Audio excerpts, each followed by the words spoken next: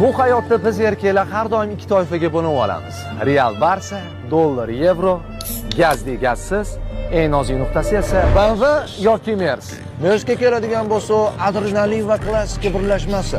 Mabodo ovozini eshitib qolsang, butun mahallang bilan maza qilasan. Shu gaplaringni BMWni chiroyli ko'zlariga qarab gapira olaysanmi? Buni kapotini tagida haqiqiy otlar tishlab turibdi. Qani toychoqlaring bilan chopishib o'tirmang. Buni tushunmadim.